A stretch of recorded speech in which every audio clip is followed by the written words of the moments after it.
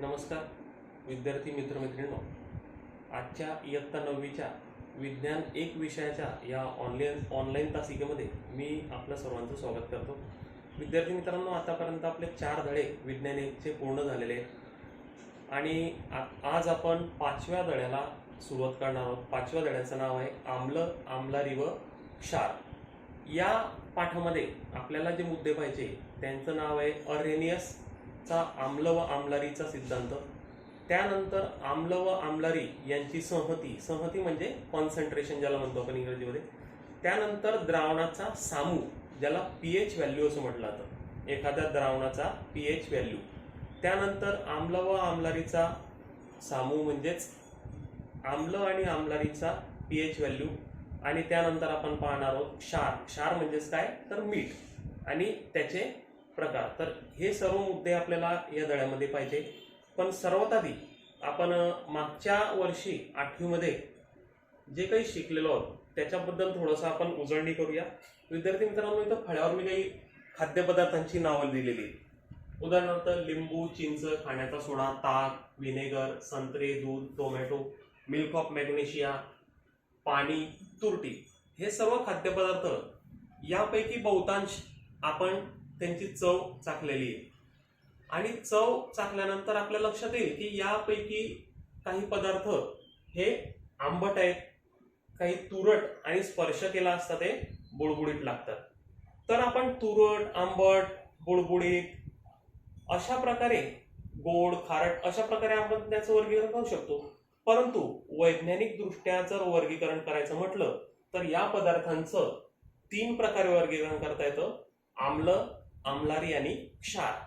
Acid, base आणि salt म्हणजे मीठ. तर यांना तपासण्यासाठी म्हणजेच हे ऍसिड आहेत, बेस आहेत म्हणजेच आम्ल आहेत का, आम्लारी आहेत का, क्षार आहेत, हे पाहण्यासाठी आपल्याला एखाद्या दर्शकाची गरज असते, म्हणजे एखाद्या इंडिकेटरची गरज असते. आणि मागच्या वर्षी आपण एक इंडिकेटर शिकलेलो आहोत ज्याचं नाव असतं लिटमस पेपर. तर विद्यार्थी मित्रांनो, लिटमस पेपरच्या सहाय्याने आपण ह्या पदार्थांना तपासू शकतो की हे ऍसिड आहे, आम्ल आहे का, बेस आहे म्हणजे आम्लारी आहे किंवा क्षार आहे. तर लिटमस 2 प्रकारचे तुम्ही पाहिलेले असतील, लाल लिटमस आणि निळा लिटमस आपल्या प्रयोगशाळेमध्ये असतात. तर या लिटमसच्या सहाय्याने आपण तपासू शकतो की दिलेलं जो पदार्थ आहे तो आम्ल आहे, आम्लारी आहे का, क्षार आहे. तर लाल लिटमस जर एखाद्या पदार्थाच्या द्रावणात निळा झाला तर तो आम्लारी असतो, आणि निळा लिटमस जर एखाद्या पदार्थाच्या द्रावणामध्ये लाल झाला तर तो आम्ल असतो. आणि जर दोघही लिटमसमध्ये एखाद्या द्रावणात कोणताही बदल झाला नाही तर अशा प्रकारचे द्रावण असतात त्यांना आपण क्षार म्हणतो, म्हणजे त्यांना उदासीन सुद्धा म्हटलं जातं. आणि आम्लामध्ये लाल लिटमस लालच राहतो आणि आम्लारीमध्ये निळा लिटमस हा निळाच राहतो. तर विद्यार्थी मित्रांनो, लिटमसच्या सहाय्याने यांचं वर्गीकरण कसं करता येतं हे आपण मागच्या वर्गात सुद्धा शिकलेलो आहोत.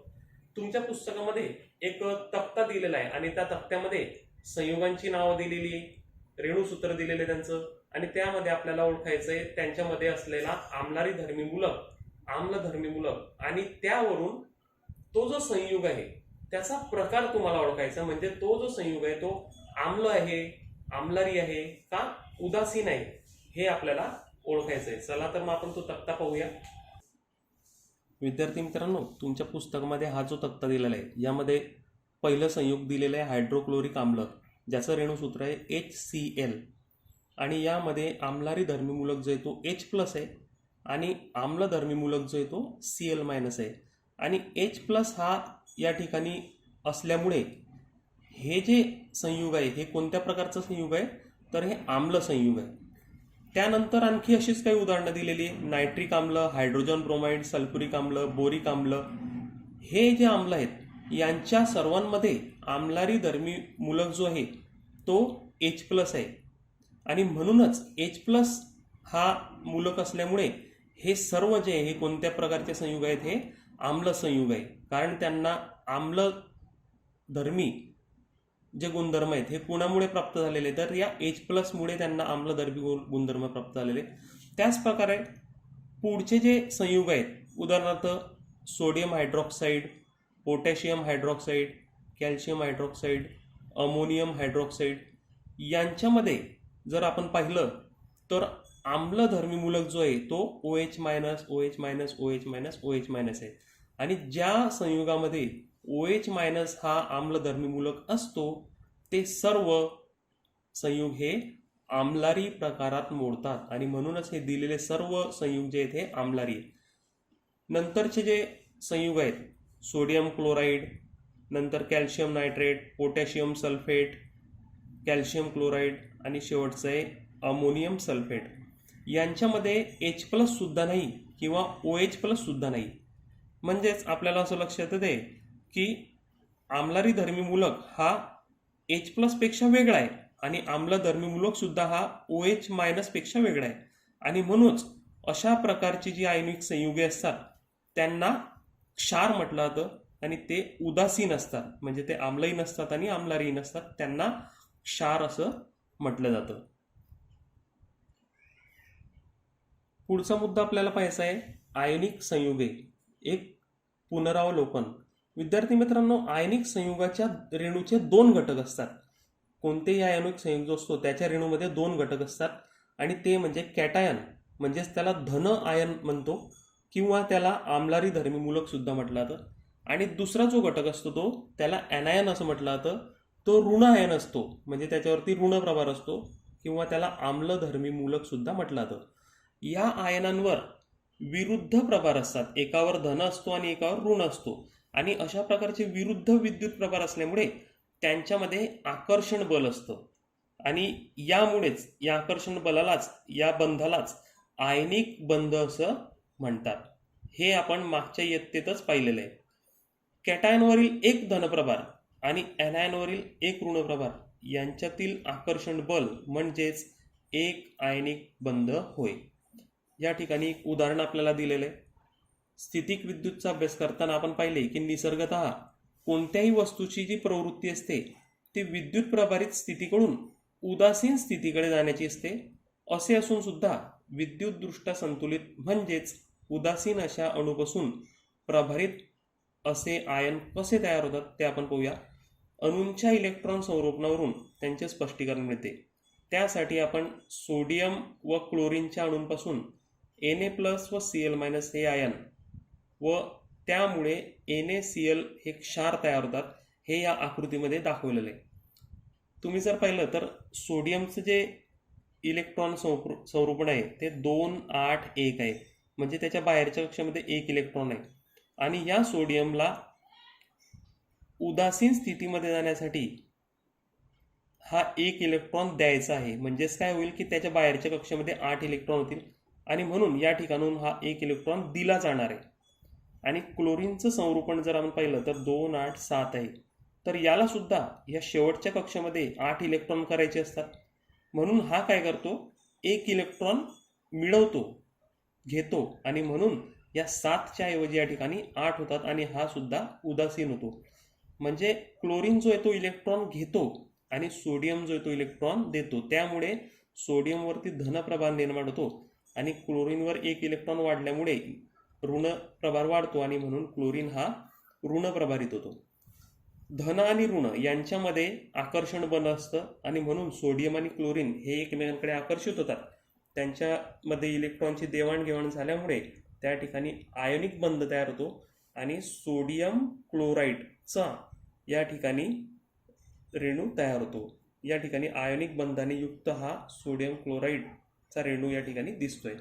आणि हे दोन्ही एकत्र आले की दोघंही आयनांमध्ये बाह्यतम कवच हे पूर्ण अष्टक होते. दोघांच्याही बाहेरील कक्षेमध्ये 8 इलेक्ट्रॉन होतात आणि अशा प्रकारे सोडियम क्लोराईड हे अतिशय स्थैर्य असलेले आयोनिक संयुग हे तयार होत असतं. पुढचा मुद्दा आहे मित्रांनो, आयनिक संयुगाचे विचरण. विचरण म्हणजे काय, तर एकाचे 2 भाग होणे. याला आपण आपल्या सोप्या भाषेत विचरण असं म्हणतो. आयनिक संयुगांचे विचरण. त्याआधी आपल्याला काही मिश्रण या ठिकाणी पाहिजे. पाणी व मीठचं मिश्रण, पाणी व साखरचं मिश्रण, पाणी व तेलाचं मिश्रण आणि पाणी व लाकडाचा भुसा यांचं मिश्रण. ह्या मिश्रणांचा जर विचार केला तर तुमच्या असं लक्षात येईल की पाण्यामध्ये मीठ पूर्णपणे विरघळतं, तसंच पाण्यामध्ये साखर सुद्धा पूर्णपणे विरघळते आणि म्हणूनच ह्या दोघही प्रकारच्या मिश्रणांना काय म्हटलं जातं, समांगी मिश्रण असं म्हटलं जातं, कारण समान प्रमाणात ते विरघळतात. आपल्याला डोळ्यांनी मग त्या मिठाचे किंवा साखरेचे कण दिसत नाही. पण पाणी व तेल आणि पाणी व लाकडाचा भुसा, तेल सुद्धा पाण्यामध्ये विरघळत नाही, तेल आपल्याला वेगळं दिसतं, आणि लाकडाचा भुसा सुद्धा पाण्यामध्ये विरघळत नाही. तुम्ही कितीही प्रयत्न केला तरी तेल आणि लाकडाचा भुसा पाण्यामध्ये विरघळत नाही. आपल्याला पाणी आणि तेल वेगवेगळं दिसतं आणि पाणी व लाकडाचा भुसा सुद्धा वेगवेगळे दिसतात, आणि म्हणून या प्रकारच्या मिश्रणांना आपण म्हणतो विषमांगी मिश्रण. मग यावरून आपल्या लक्षात येतं की जेव्हा आयनिक संयुग पाण्यात विरघळते तेव्हा त्याचे जलीय द्रावण तयार होतं. म्हणजे एखादा आयनिक संयुग जर आपण पाण्यात टाकलं, समजा मीठ टाकलं, तर त्याचं जलीय द्रावण तयार होतं. जलीय म्हणजेच काय, पाण्यातलं द्रावण. पण जेव्हा ते मीठ किंवा साखर स्थायू रूपात असते त्यावेळेस आयनिक संयुगामध्ये विद्युत प्रभारित आयन हे एकमेकांना लागून असतात. उदाहरणार्थ सोडियम क्लोराईडमध्ये सोडियम आणि क्लोरीन हे एकमेकांना चिटकून असतात, त्यांच्यामध्ये आयनिक बंध असतो. पण जेव्हा त्यांना पाण्यात विरघळवतो, जेव्हा हे संयुग पाण्यात विरघळायला सुरुवात होते तेव्हा पाण्याचे जे रेणू असतात ते त्या संयुगाच्या आयनांच्या मध्ये घुसतात आणि त्या आयनांना एकमेकांपासून वेगळे करतात.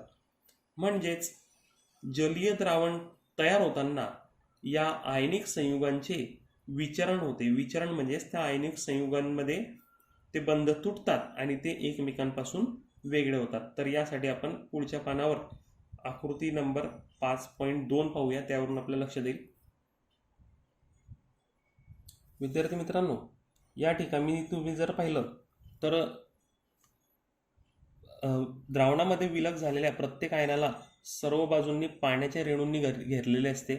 ही स्थिती दर्शवण्यासाठी प्रत्येक आयनाच्या संज्ञेच्या उजवीकडे ॲक्व्यास असं लिहिलं असतं.